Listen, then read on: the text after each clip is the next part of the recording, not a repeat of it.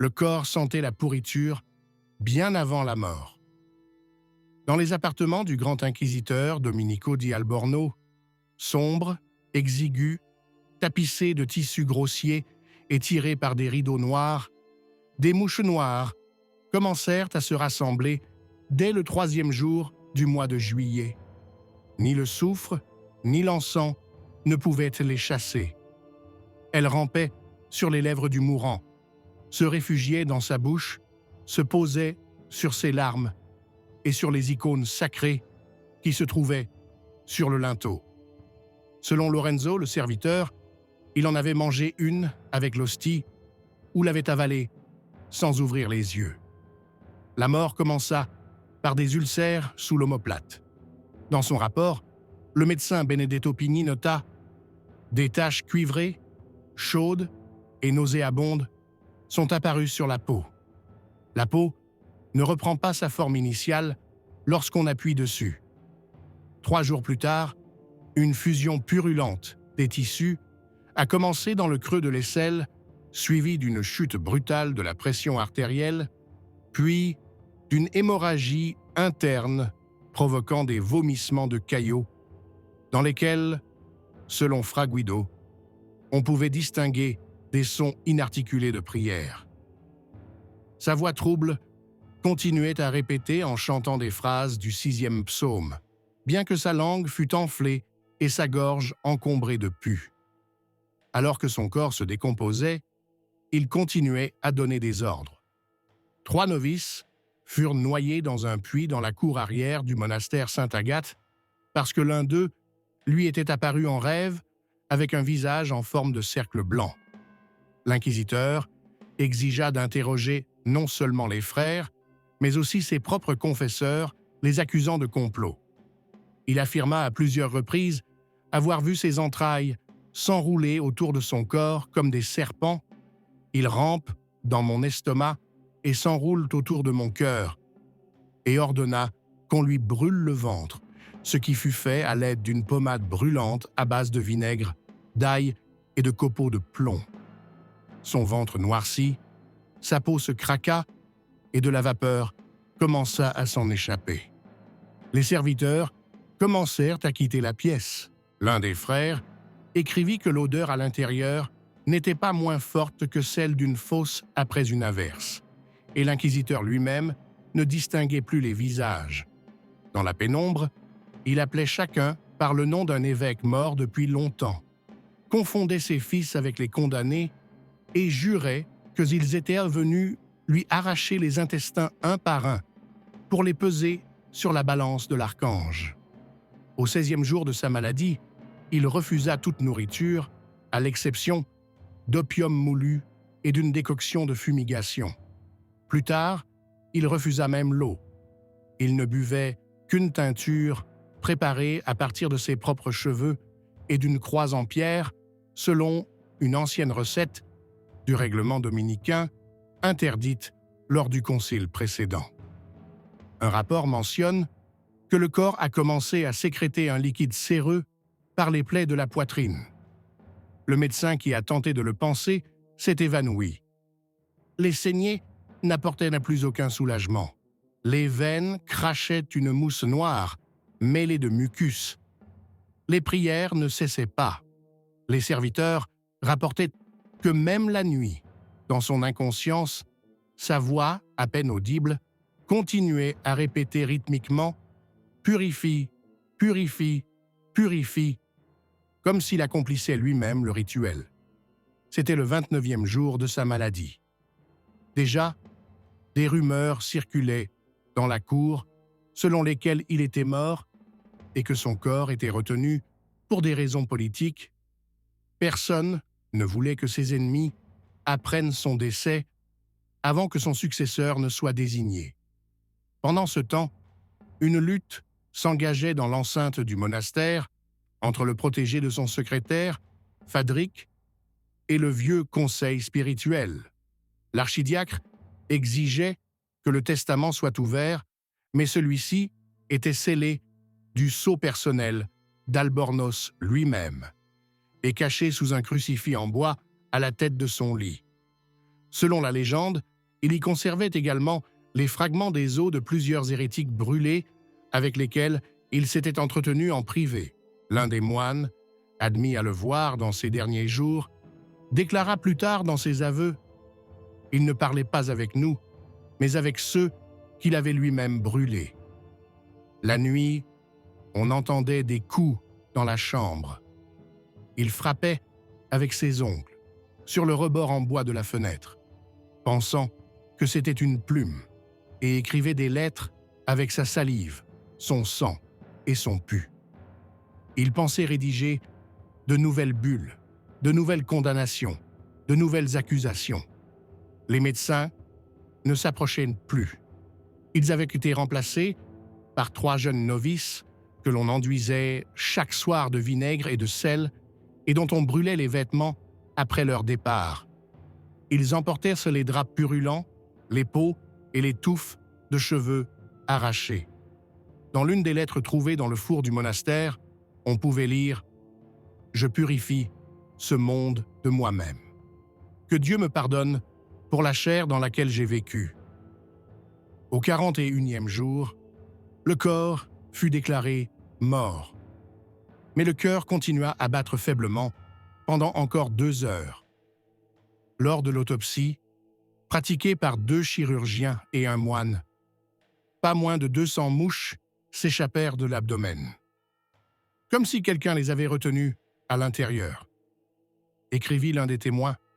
Selon les archives du monastère, en même temps que les insectes, un faible gémissement, semblable à un fragment de prière, s'échappa de la chair disséquée. L'odeur changea. Elle n'était plus simplement dense et putride, mais douceâtre, écœurante et collante. Elle ne s'échappait même pas des tissus des vêtements liturgiques, et lorsque frère Adelme, de la pharmacie, entra dans les appartements de l'inquisiteur avec un récipient contenant du sang bouilli d'agneau et un vaporisateur de vinaigre de vin brisé, il faillit s'évanouir.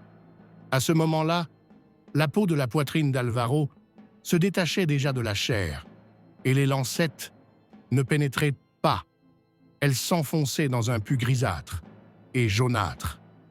Le docteur de Castro de Leyde, appelé en secret par les voies commerciales, déclara que les organes internes semblaient se décomposer de leur vivant et ordonna de lui mettre une chemise de pois, un bandage fait de goudron noir, de cendre et de résine.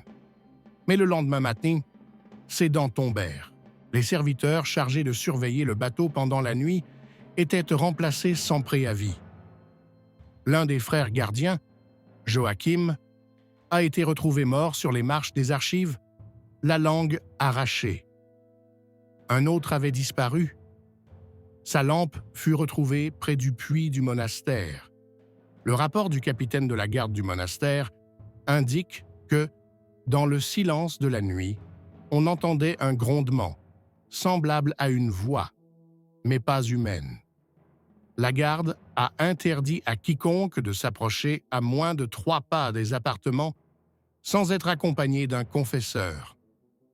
Ces mesures, comme l'a noté le notaire Rafael Pereira, n'étaient pas une formalité. La mort rôdait entre les murs. L'état de l'inquisiteur s'est aggravé après une saignée ratée dans la région de l'aine. Sous les bandages, on découvrit des ulcères d'où s'échappaient des mouches noires. On les attrapait avec les doigts, on les écrasait, mais elles réapparaissaient. Leur nombre augmentait, malgré les fenêtres fermées et les interstices bouchés. Au milieu de la semaine, l'inquisiteur se mit à réciter des prières, non pas à voix haute, mais entre ses dents serrées. Les mots étaient indistincts, mais certains frères affirmaient avoir entendu des bribes de conjuration. Le médecin en chef, Gaspard, tenta de verser de l'opium dans le vin, mais l'inquisiteur se fit vomir sans même toucher à la coupe. Vers le soir, il fut pris de convulsions.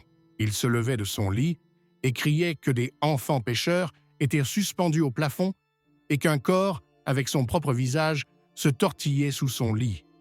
Ses mains étaient couvertes de cloques. La peau de ses doigts se décomposait, ses ongles se détachaient, laissant des moignons sanglants. Cependant, il continuait à tenir dans sa main un crucifix en fer recouvert de moisissures noires. On le lavait toutes les 4 heures, mais l'odeur ne disparaissait pas. Elle devenait plus forte et était déjà perceptible dans les couloirs extérieurs. Un document daté du 10e jour de la maladie permet de suivre l'évolution du comportement de l'entourage.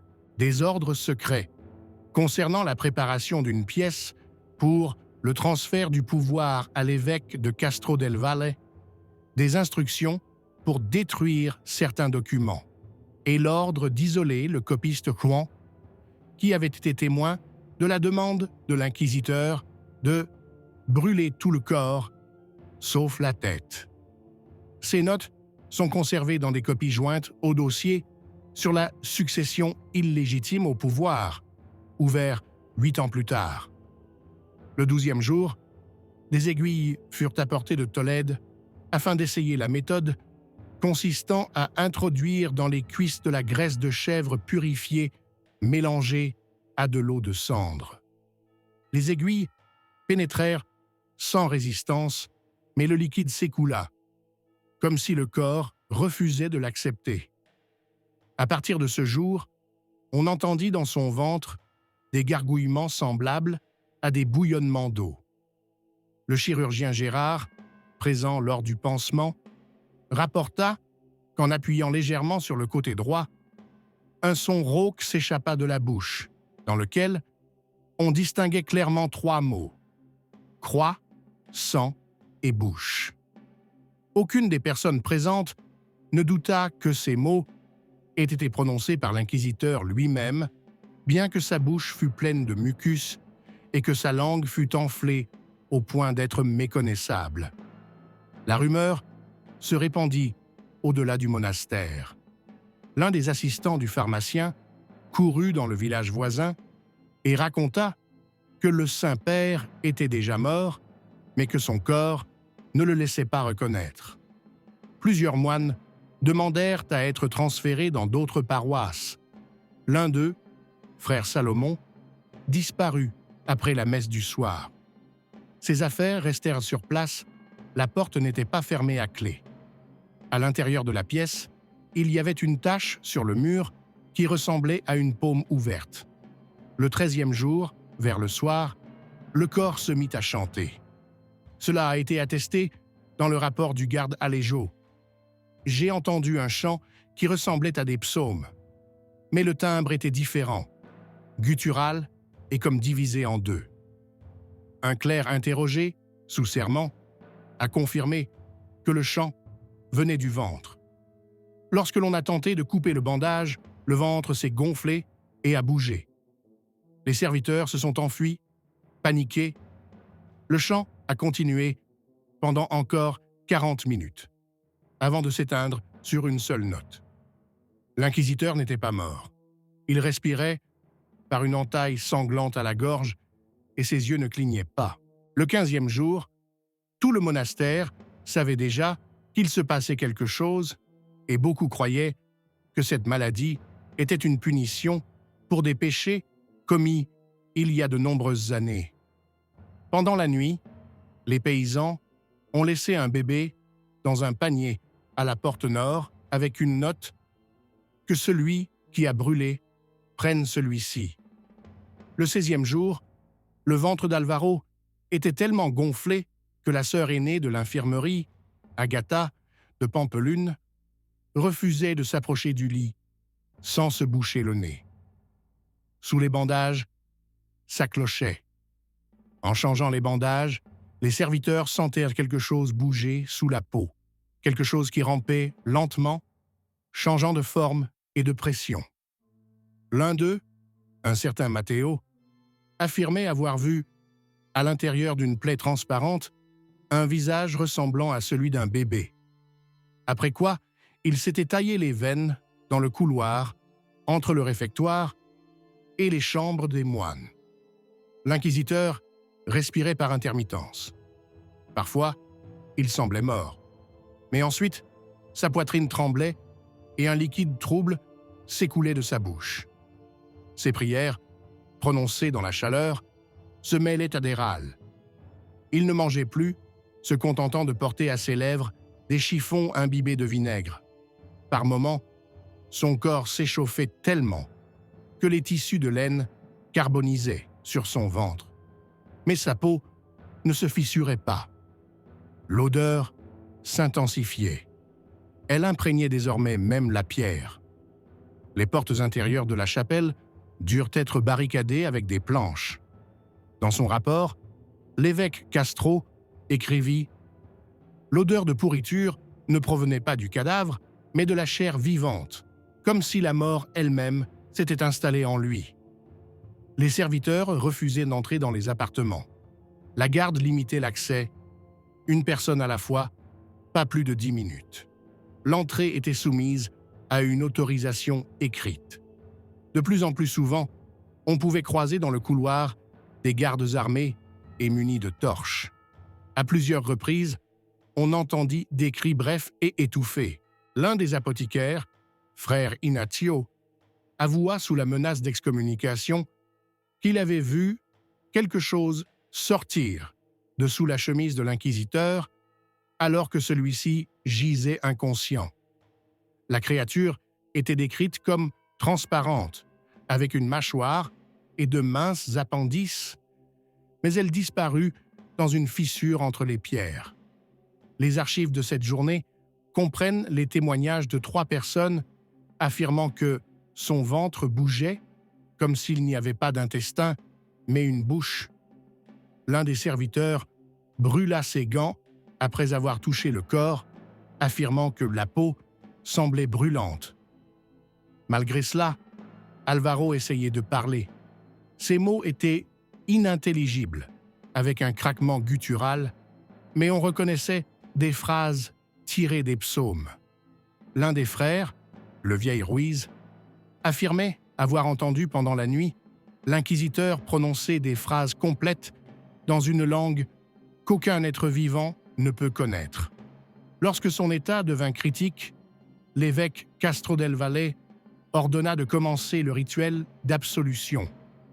5 prêtres furent rassemblés à cet effet, mais seuls 2 d'entre eux parvinrent à mener le rituel à son terme, les autres ayant soit pris la fuite, soit perdu connaissance. Le rapport indique qu'au moment de la lecture de la prière de purification, un air épais, semblable à la vapeur d'une chaudière, s'échappa de son ventre, accompagné d'un son décrit comme le cri d'une femme en travail, mais déformé et inhumain. Un chirurgien, envoyé de Salamanque, proposa une autopsie de son vivant. Il affirmait qu'à l'intérieur se formait une accumulation de matière en décomposition qui empêchait la respiration et provoquait des hallucinations. Il fut autorisé à pratiquer une incision. Au premier contact du couteau avec la peau, celle-ci éclata, non pas comme une blessure, mais comme un fruit trop mûr. Un liquide épais et sombre, accompagné de bulles, jaillit de la plaie. Selon les témoins, de nombreuses mouches s'envolèrent de l'orifice. Au même instant, l'inquisiteur poussa un cri. Il ne perdit pas connaissance. Il hurla d'une voix aiguë et étrangère, sans reprendre son souffle jusqu'à s'évanouir. Le rapport du chirurgien était succinct. Les organes sont mélangés. Il n'y a aucune différence entre l'estomac et les poumons. Tout à l'intérieur est confus. L'autopsie a été interrompue. Le patient est vivant. Après cet incident, il fut interdit de s'approcher du corps sans l'autorisation du chef du conclave. La pièce fut mise sous scellé. L'entrée était gardée jour et nuit. Mais même de l'extérieur, on entendait une voix. Pas constante, mais répétitive, comme un écho. « Laissez-moi. Ne me déchirez pas. Il parle encore. » Et pendant tout ce temps, le corps ne mourait pas. Il respirait, mais ne clignait plus des yeux. Ses doigts étaient carbonisés, ses jambes enflées. Des écorchures sanglantes étaient apparues entre ses omoplates. Cependant, son cœur battait. Cela a été attesté par le médecin en chef dans un rapport destiné aux archives. Malgré la décomposition générale, il y a un pouls, faible mais régulier. C'est impossible, c'est contre Dieu. Lorsqu'un nouveau symptôme est apparu le 31e jour, un mouvement dans la cage thoracique, le monastère était déjà silencieux. Aucun frère n'osait prononcer le nom d'Alvaro. Une pancarte était accrochée à la porte de l'infirmerie, « Repose en paix ». Mais personne ne croyait à la mort. Au 33e jour, la cage thoracique était enflée. Le chirurgien, un certain Don Esteban de Huesca, affirmait qu'on entendait désormais un double rythme à l'intérieur du corps, comme si deux cœurs battaient à la fois. Il quitta le monastère la nuit même, laissant une note dans une enveloppe scellée. « J'ai vu un visage sous la peau ». Cette lettre fut confisquée par les gardes et classée dans les archives sans être ouverte. On ne banda plus le ventre de l'inquisiteur. Le moindre contact provoquait des frissons dans tout son corps, comme si quelque chose réagissait à l'intérieur. Les chiffons laissés sur place étaient recouverts d'une substance visqueuse qui durcissait comme de la résine. Les portes de la chambre étaient maintenues entr'ouvertes dans l'espoir que l'air atténuerait la puanteur, mais celle-ci ne faisait que s'intensifier. L'odeur noircissait le métal. Des taches ressemblant à des brûlures apparurent sur les dalles de pierre du sol. Les rumeurs se multipliaient dans le monastère. L'un des frères, le moine Ahem, rapporta avoir vu l'inquisiteur se lever pendant la nuit. Son corps bougeait maladroitement, la tête penchée sur le côté, du sang coulant de sa bouche. Il se dirigea vers le crucifix accroché au mur, le toucha de la main, et la croix s'effrita comme de la poussière. Jaime tomba dans le silence, puis fut retrouvé mort dans sa cellule, la bouche remplie de plumes provenant de son oreiller. Conclusion du tribunal, auto-étranglement causé par la peur. L'accès à la chambre fut interdit. À la place des prêtres, 2 soldats armés de lances se tenaient à la porte. Une fois par jour, un frère médecin entrait pour apporter une décoction d'opium et du vinaigre, mais il ne s'approchait plus du corps. Il déposait simplement le tout au pied du lit et s'éloignait. Les rapports de l'époque indiquent que parfois, en se tenant à la porte, on pouvait entendre l'inquisiteur murmurer. Les murmures duraient des heures sans interruption. On distinguait les mots « cendre »,« faute »,« pardon » et d'autres mots inconnus, qui n'appartenaient à aucun dialecte local. Le 40e jour, les moines furent réveillés par un cri. Ce n'était pas un cri humain. Il était sourd, comme s'il venait de l'intérieur. Il résonnait sous la pierre et se propageait le long des murs comme le grondement de l'eau dans une crypte. Cette nuit-là, le corps d'Alvaro s'affaissa brusquement. Son ventre se dégonfla. La peau de son front était craquelée. Un œil était sorti de son orbite. Le second était resté ouvert et vitreux. Mais son cœur continuait de battre. À ce moment-là, sa poitrine était couverte de plaies, autour desquelles la peau s'était détachée des muscles. Entre ses côtes, il y avait un trou. Non pas une blessure, mais une ouverture dont les bords ressemblaient à des tissus déchirés de l'intérieur. Un liquide noir s'en écoulait. Plus tard, l'un des moines déclara qu'une mouche s'y était introduite et n'était pas ressortie. Dans le rapport de l'évêque pour cette journée, il est écrit « Nous n'avions pas affaire à un malade, mais à un vase ». Ce fut la première et dernière mention de ce genre. Le même jour, une interdiction arriva de Rome. Le corps devait être enterré, sans autopsie, sans cérémonie publique, en secret, pendant la nuit. Le décret était signé de sang et scellé d'un anneau que personne, parmi les personnes présentes, ne put identifier. Les moines furent réveillés avant l'aube. L'inquisiteur fut placé dans un cercueil doublé de plomb. Mais le corps ne rentrait pas. Le dos était cambré, comme celui d'une femme en travail. La cage thoracique ne se comprimait pas, mais se dilatait. On lui transperça alors la poitrine d'un pieu en bois afin de libérer son âme, comme l'indiquait le protocole secret. Au moment où le pieu transperça le corps, un nuage d'insectes s'en échappa. L'un des serviteurs perdit un œil. On recousit l'oreille d'un autre. Ceux qui se trouvaient près de lui eurent l'impression que des mots s'échappaient avec les mouches. Mais personne ne les entendit clairement. Le cercueil fut fermé, recouvert de résine, et descendu dans une crypte en pierre. Sur le couvercle, on grava des symboles, non pas des prières ou des croix, mais des entrelacs de lignes qui reproduisaient les veines sur la peau noire de l'inquisiteur. Les dernières lignes des archives disent « Tout est fini ». Mais l'air du monastère était resté le même le feu ne pouvait le purifier. Le lendemain matin, personne ne pria pendant l'office. Aucun frère ne s'approcha pour communier. Le soir venu, 5 d'entre eux quittèrent le monastère et ne revinrent pas. Dans son rapport, le supérieur écrivit « Nous sommes 19. Nous attendons, mais nous ne savons pas quoi. » Au 33e jour, la cage thoracique a enflé. Le chirurgien, un certain Don Esteban de Huesca, a affirmé qu'on entendait désormais un double rythme à l'intérieur du corps, comme si 2 cœurs battaient à la fois. Il quitta le monastère la nuit même, laissant dans une enveloppe scellée une note « J'ai vu un visage sous la peau ». Cette lettre fut confisquée par les gardes et jointe au dossier sans être ouverte.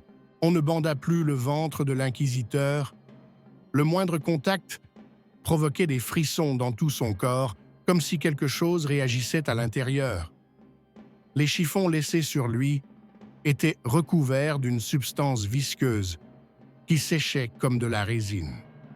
Les portes de la chambre étaient maintenues entr'ouvertes dans l'espoir que l'air atténuerait la puanteur, mais celle-ci ne faisait que s'intensifier. L'odeur noircissait le métal.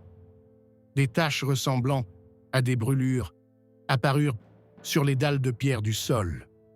Les rumeurs se multipliaient dans le monastère. L'un des frères, le moine Jaime, rapporta avoir vu l'inquisiteur se lever pendant la nuit. Son corps bougeait maladroitement, la tête penchée sur le côté, du sang coulant de sa bouche. Il s'était approché du crucifix accroché au mur, l'avait touché de la main, et la croix s'était effritée comme de la poussière. Jaime était tombé dans un silence profond, puis avait été retrouvé mort dans sa cellule, la bouche remplie de plumes provenant de son oreiller. Le verdict du tribunal fut « suicide par strangulation, provoqué par la peur ». L'accès à la chambre fut interdit. À la place des prêtres, 2 soldats armés de lances se tenaient à la porte. Une fois par jour, un frère médecin y entrait pour apporter une décoction d'opium et du vinaigre. Mais il ne s'approchait plus du corps. Il déposait simplement le tout au pied du lit et s'éloignait. Les rapports de l'époque indiquent que parfois, en se tenant à la porte, on pouvait entendre l'inquisiteur murmurer. Les murmures duraient des heures, sans interruption. On distinguait les mots « cendre »,« faute »,« pardon » et d'autres mots inconnus qui n'appartenaient à aucun dialecte local. Le 40e jour, les moines furent réveillés par un cri.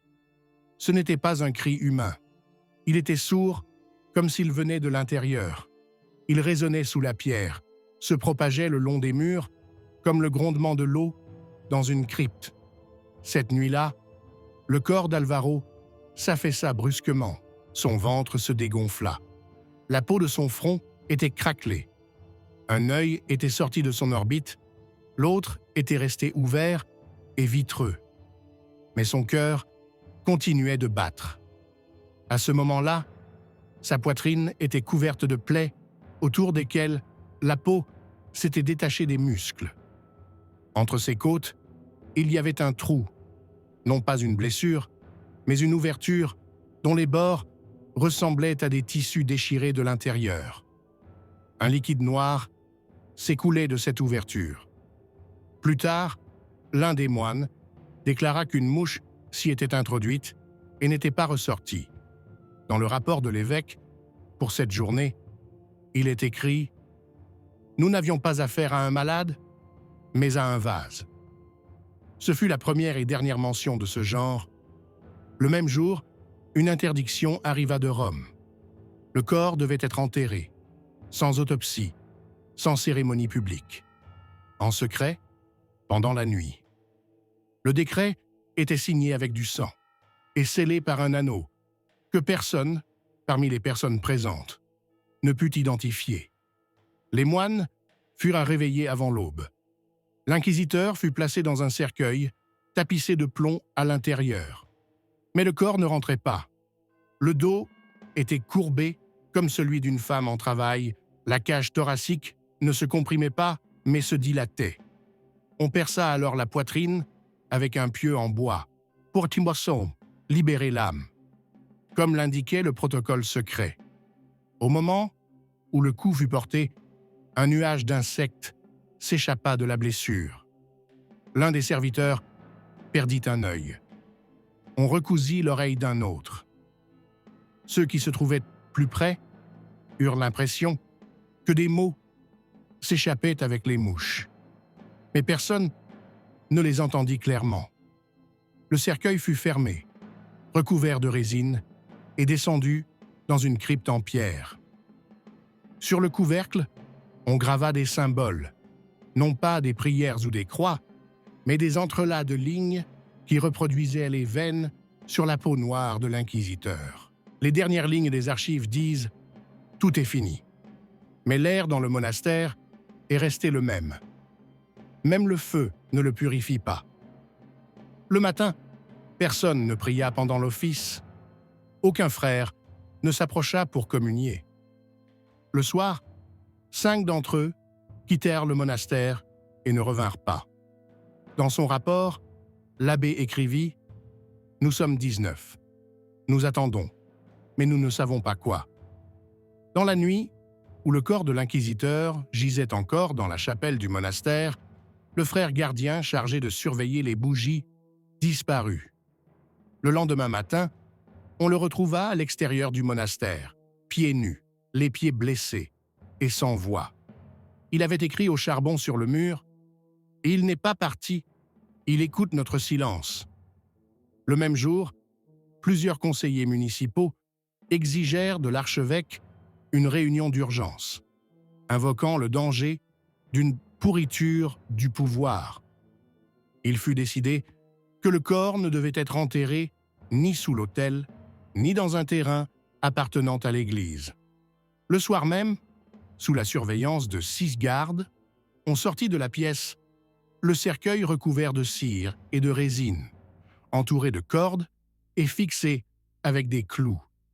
L'officier, qui accompagnait l'opération, rapporta « La résine n'a pas tenu, elle coulait sous le couvercle et l'odeur rappelait celle d'un cadavre de cheval en décomposition mélangé à du vin. » Les porteurs refusèrent de toucher le cercueil.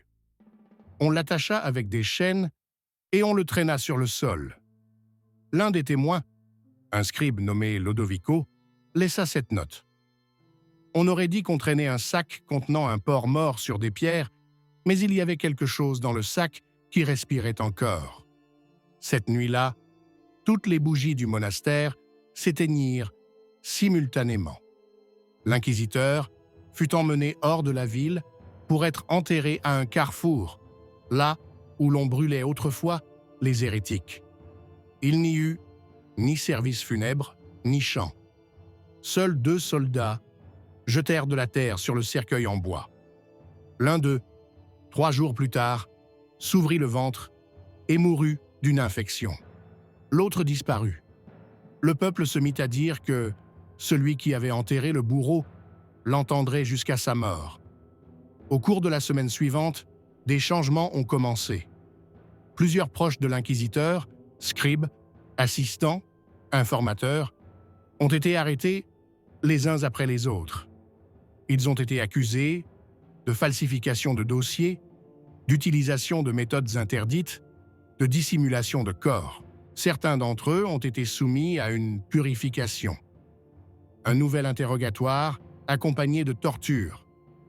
L'un d'eux, un témoin âgé dont la signature figurait sous de nombreuses condamnations, mourut d'une rupture cardiaque pendant l'interrogatoire en criant « Je n'ai pas vu ce qu'il a fait, je n'ai fait que l'écrire ». L'archevêque publia un décret interdisant de mentionner le nom de l'inquisiteur dans les prières publiques. Ses portraits ont été retirés des murs et ses notes ont été transférées dans des archives fermées. La veuve d'un des hérétiques torturés a demandé que son mari soit innocenté. Un mois plus tard, ses restes ont été exhumés et réanimés avec des chants. Plus de 200 personnes ont assisté aux funérailles. Dans un traité rédigé 5 ans plus tard, le médecin Arnaldo donne une explication médicale à ce phénomène. La décomposition, causée par l'accumulation interne de vapeurs nauséabondes, pouvait s'accompagner d'émanations susceptibles de provoquer chez les esprits instables des hallucinations auditives prises pour des murmures ou des paroles. Mais en bas de la page, le même médecin a ajouté « Néanmoins, l'odeur du corps n'était pas de ce monde. Elle pénétrait la peau et ne s'est pas dissipée pendant 3 jours. La structure politique du tribunal inquisitorial a été révisée. L'ancien système, qui reposait sur l'autorité unique d'un seul juge, a été remplacé par un collège de 3 juges. Chaque affaire devait désormais être approuvée par la chambre municipale. Plusieurs condamnations prononcées au cours du dernier mois de la vie de l'inquisiteur d'Igrada ont été révisées et annulées. Cela a provoqué des émeutes de la part des défenseurs de l'ordre et des querelles ont éclaté dans le monastère. Un frère a incendié la bibliothèque. Les archives ont conservé une dénonciation anonyme. Il est mort dans la peur et nous l'avons vu prier, non pour son salut, mais pour que la douleur cesse. Il savait qu'on l'appelait. Il savait qu'on ne lui pardonnerait pas. 8 mois s'écoulèrent. Sur ordre de l'archevêque, des dalles de pierre furent apposées sur la tombe de l'inquisiteur et une guérite fut érigée. Elle fut incendiée à 2 reprises. Par la suite, l'endroit fut oublié. Le peuple commença à l'appeler « le tournant maudit ». Aucune croix ne fut érigée. Aucune prière ne fut récitée. Ainsi s'acheva l'histoire d'un homme qui se considérait comme l'instrument de la vérité. Mais le corps d'où s'échappaient les mouches et les prières n'était pas un réceptacle de vérité, mais une chair en décomposition, rejetée par tous, même par la terre. Sa mort n'a pas seulement décomposé ses organes, mais aussi la structure même du pouvoir qu'il servait.